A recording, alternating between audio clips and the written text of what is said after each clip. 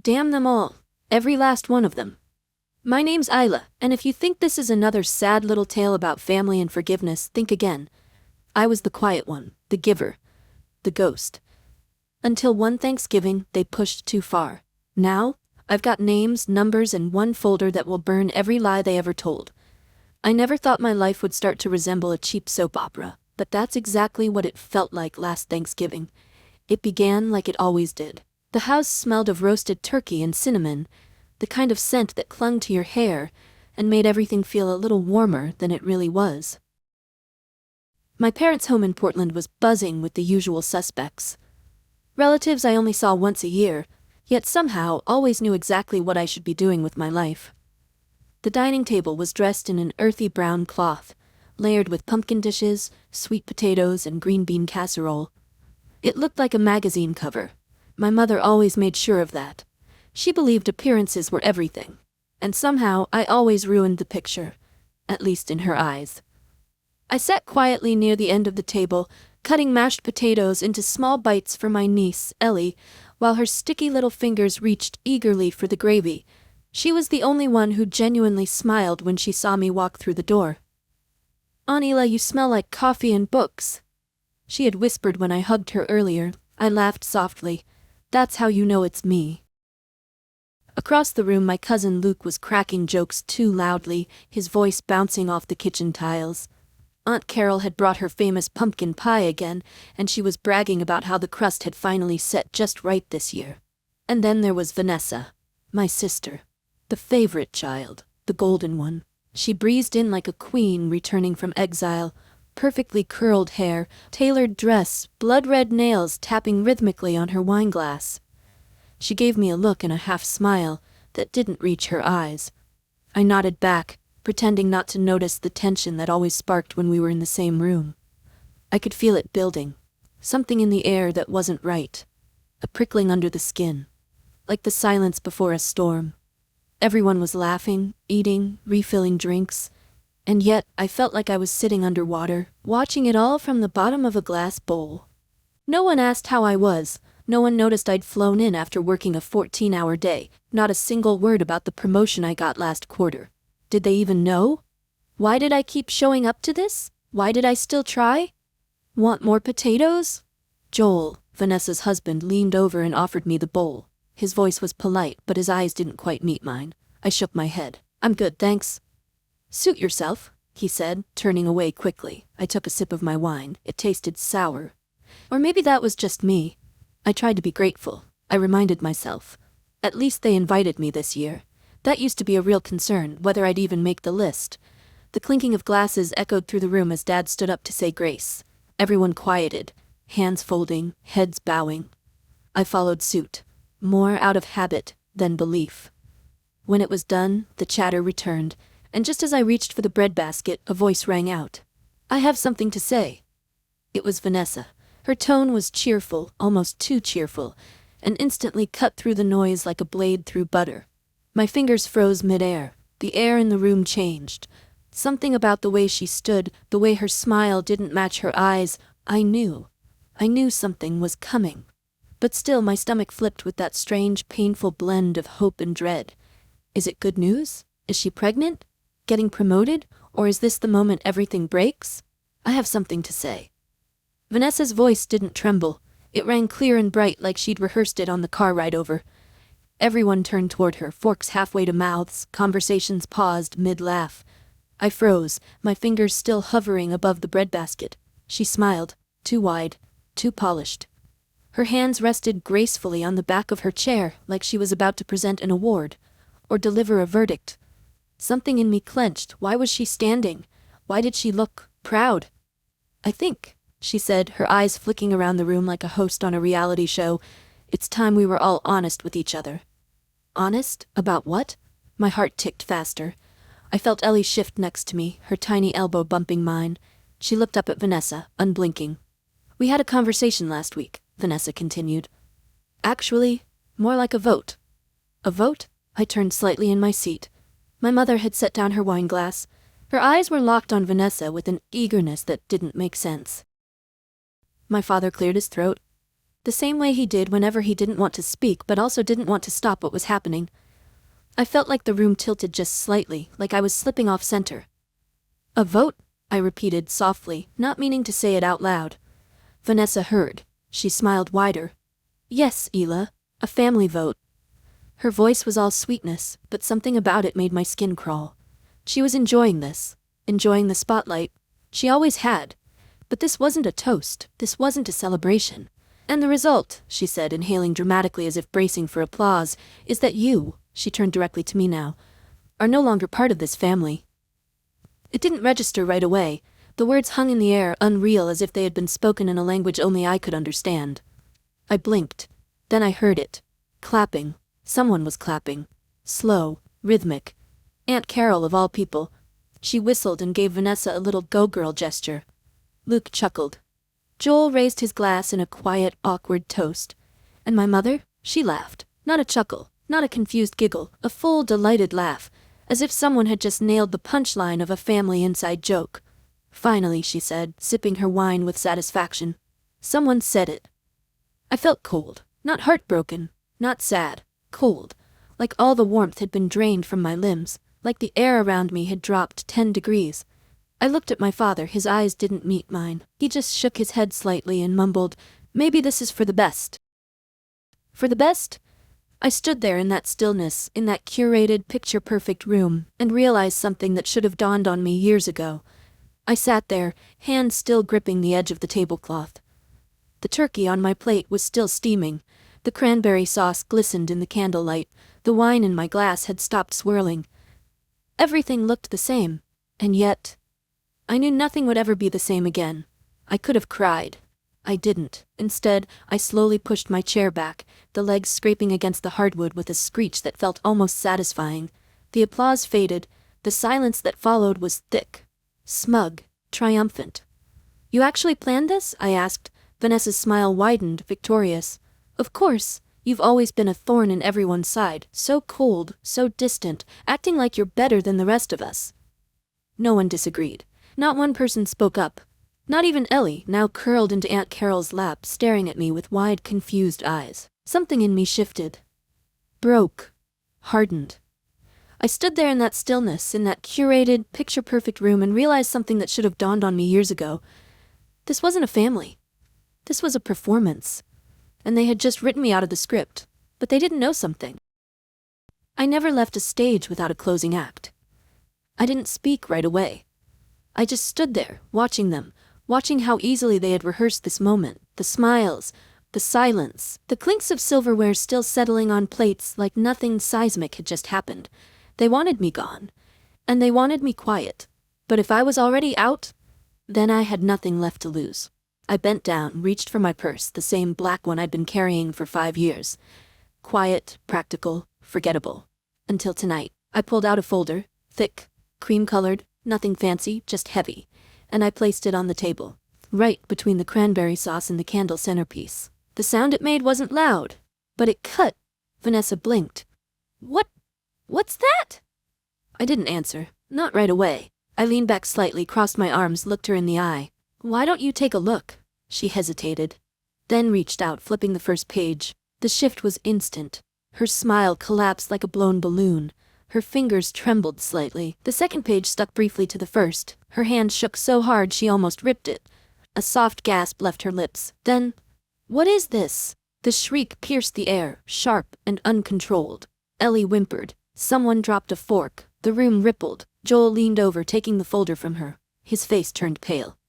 "Is this real?" I nodded once. Every dollar? Every message? Every lie?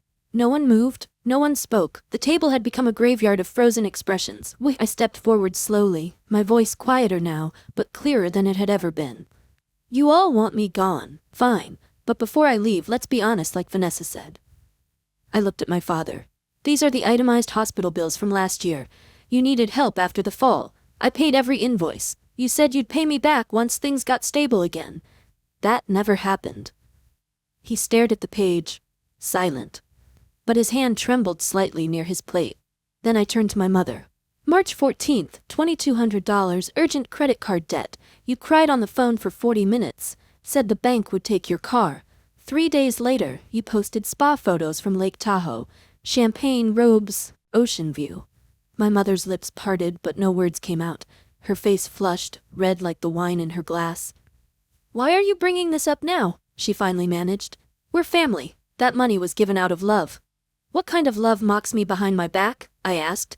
"Votes me off the table and then still expects me to keep giving without question?" No one answered. Luke spoke up weakly. "Isla, we didn't know it was this serious." I turned to him, calm but razor sharp. "You clapped." His eyes fell to the table.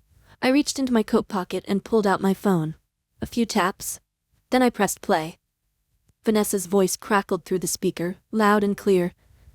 "She always acts so righteous. Cut the money and watch her fall apart. No one loves her, no one misses her." Laughter followed. My mother's. I stopped the recording and placed the phone gently on the table. No drama, no raised voice. "You sent that to Laura," I said, eyes on Vanessa, "and she sent it to me. By accident, of course." Joel looked at her slowly. "You said that, about Isla?" Vanessa's jaw was clenched, her eyes darting. "That's not, it was just venting, I didn't mean." "You meant it," I cut in, "just like you meant to use my card for those hotel nights, booked under a fake name, same dates you told Joel you were at a business retreat." Joel stared at her, stone still. I stepped back slightly, letting the weight of the moment sink in.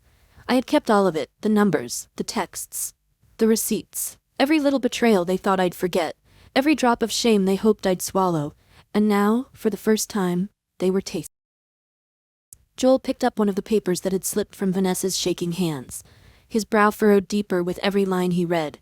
He flipped the next page, then stopped. This hotel bill," he said, barely audible. "Emerald Coast, double occupancy, 2 spa packages, booked under the name Alyssa Green." I didn't flinch, Vanessa did. She tried to speak, but nothing came out. Joel's voice cracked, louder this time. "Who is Alyssa Green?" No one breathed. Luke stared at his plate like it might offer an exit.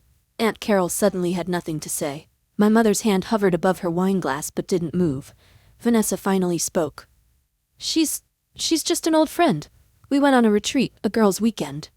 Joel raised the bill again, fingers trembling.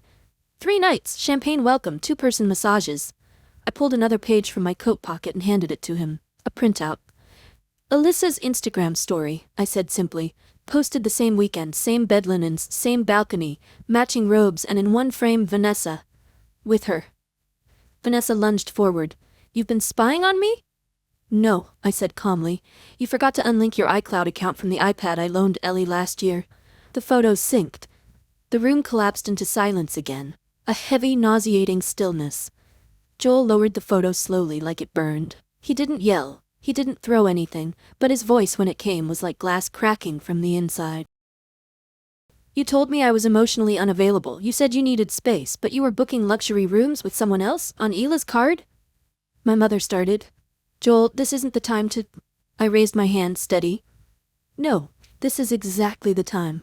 I reached into my bag and pulled out the final document. A summary page. Each name listed, each date, each transfer, a breakdown of 5 years of financial bleeding. I laid it flat on the table. "You want to talk honesty? Let's talk totals." I pointed at the sheet.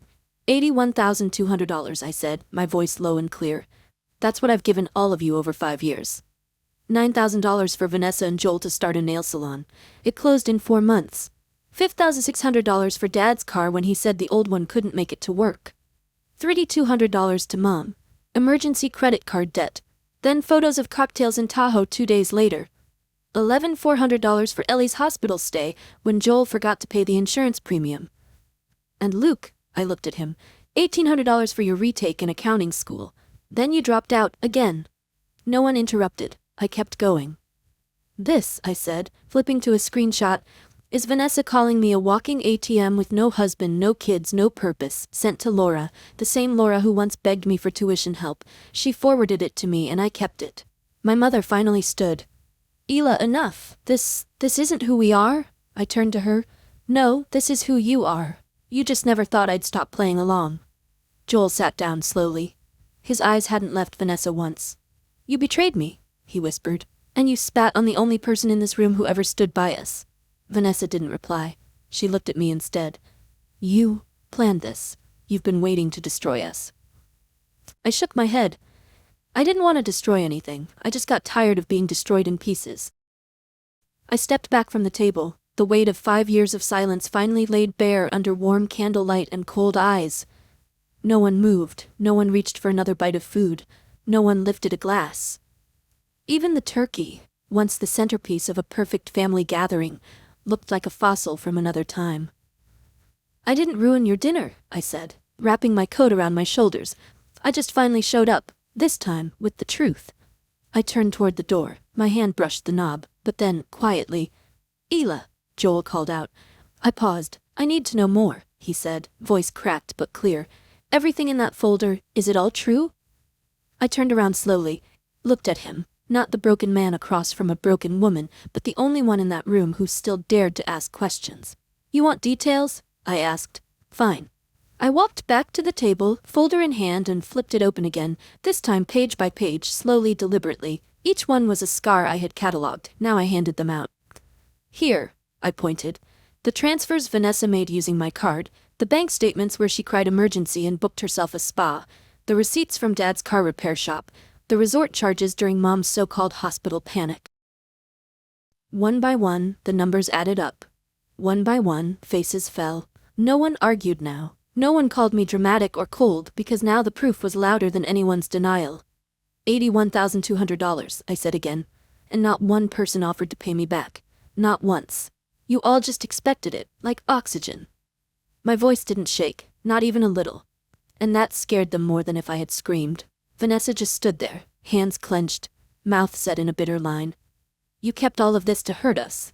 "No," I replied, folding the papers back into the folder.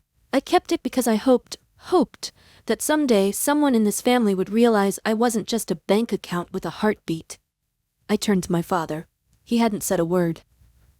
"You taught me to work hard, to never ask for help, to swallow pride. But when I needed someone to notice, you looked away."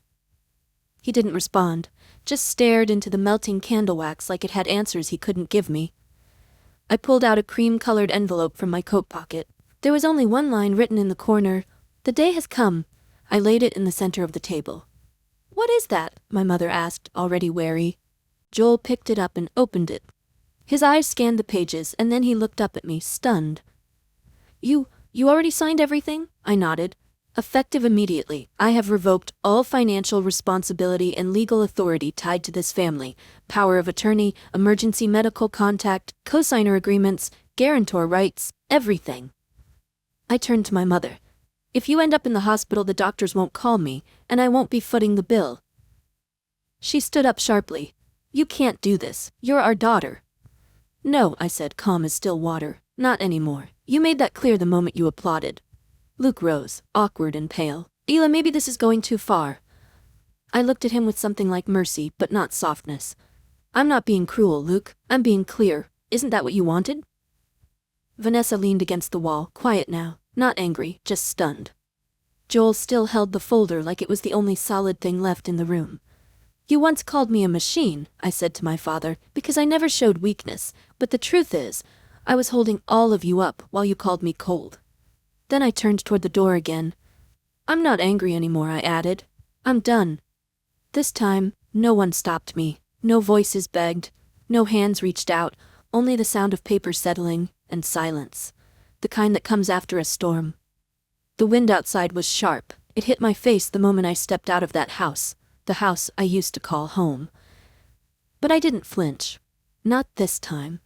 My shoes sank slightly into the damp grass as I crossed the front yard, the porch lights behind me flickering like a weak apology. I didn't look back. I didn't need to. That chapter had closed the moment I placed that envelope on the table. It was 2 days after Thanksgiving when the messages began. First came my mother. "You can walk away, but you'll always be my daughter. Don't make this harder than it needs to be."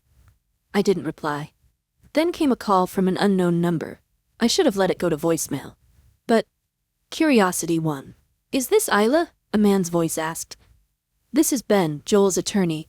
He asked me to inform you that you're listed as a primary witness if his divorce from Vanessa proceeds to court." I stood still, the phone warm in my hand. He filed. He actually filed. I didn't feel satisfaction, only stillness. That night, I sat in my apartment, a small place near a lake in Washington. 3 hours away from Portland, but light years from the version of me who used to live there. I looked around. No clutter, no missed calls, no unpaid invoices with my name scribbled in the corner, just peace. Ela. Not sweet Ela, not reliable Ela, just me. I started therapy, not because I broke, but because I wanted to know why I had stayed broken for so long. My therapist, Dr. Allison, had gentle eyes and never rushed me. One day I said I used to think if I stopped helping people, I had no value. She just nodded. No judgment, just truth. I started jogging. I learned to bake. I lit candles not to cover up old smells, but because I liked the scent. I updated my emergency contact list. Eva, an old college friend, now sat at the top, not because she needed me, but because I knew she'd show up. One afternoon, while watering my balcony plants, I let an unknown number ring and fade, not because I was afraid, but because I no longer felt obligated. Another day I walked around Cedar Lake. I sat on my usual bench beside an old woman knitting quietly. She looked up and smiled. "I see you sitting here often," she said. "Looks like you're learning how to breathe again." I laughed. Really laughed. Yeah, I used to think I was breathing. Turns out I was just holding my breath. She didn't ask anything more. She didn't need to. That night I opened my laptop and finished an anonymous article I had started weeks ago about financial betrayal, emotional manipulation, and what it costs to finally walk away. I clicked publish. I didn't think anyone would read it, but truth spreads. A week passed. Then came the envelope. No return address, but I knew the handwriting instantly. My mother's cursive, elegant, careful, like everything she did when she wanted something. 3 pages, blue ink. Page 1.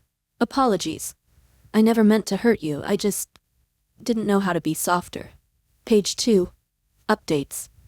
Dad's back pain has returned. Vanessa left Joel. Ellie's confused, crying every night. The house is quieter now, colder. Page 3. The real reason. If you can help us cover the rest of the mortgage, we'll sign the title over to you, so your money won't be wasted, so you can feel secure. I didn't cry. I didn't even feel anger. Just a dull recognition. A pattern I knew too well. I folded the letter and placed it under the warm lamp beside the sofa. I didn't tear it. I didn't burn it. I just left it there, like a sealed relic from a version of myself I no longer inhabited. A few days later, another message. This time, from Luke. "Happy New Year, Ela. I hope you're doing well. By the way, Vanessa asked if you knew anyone renting a 2-bedroom apartment. Cheap would be fine. Things are hard." I didn't respond. Silence was no longer loneliness, it was protection.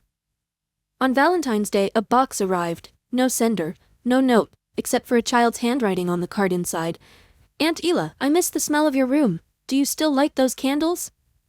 I know you're mad at Mom and Grandma, but I still remember your pancakes. I still want them." It was Ellie. My breath caught. My hands trembled slightly, not in weakness, but in grief. Not for them, for her. Because she was the only one who never played a part in the damage, and yet she'd grow up carrying pieces of it. I sat with the candle for over an hour. Then I placed it back in the box, added a small note, and mailed it to the old address. I still use candles, but I don't live in the dark anymore. In March, another letter came. My father's handwriting this time, slanted, sharp, impatient. "We're refinancing the house. The bank needs a cosigner. You don't need to pay anything. Just sign. Don't let pride erase your blood." I folded that one too. No response, no rage, just stillness. Because I finally understood, they didn't want me back. They wanted the old version of me. The version who said yes before they even finished the question. The version who sent money and swallowed disrespect. The version who gave love without ever receiving any back. But she was gone. She had walked out on a cold November evening and never came back. I used to think freedom meant being accepted, being invited, being chosen, but now I know, it means choosing yourself even when no one else will. The letters stopped sometime in April, the calls, too, like a noise that had finally given up echoing into a space that no longer replied. And in that silence, I heard my own voice. Not the filtered one, not the agreeable one, the real one, steady, certain, quiet, but whole. I still have the folder, tucked away in a locked drawer beneath my bookshelf, not because I need the proof anymore, but because it reminds me of the version of myself who had no voice and kept receipts as a way to scream in silence.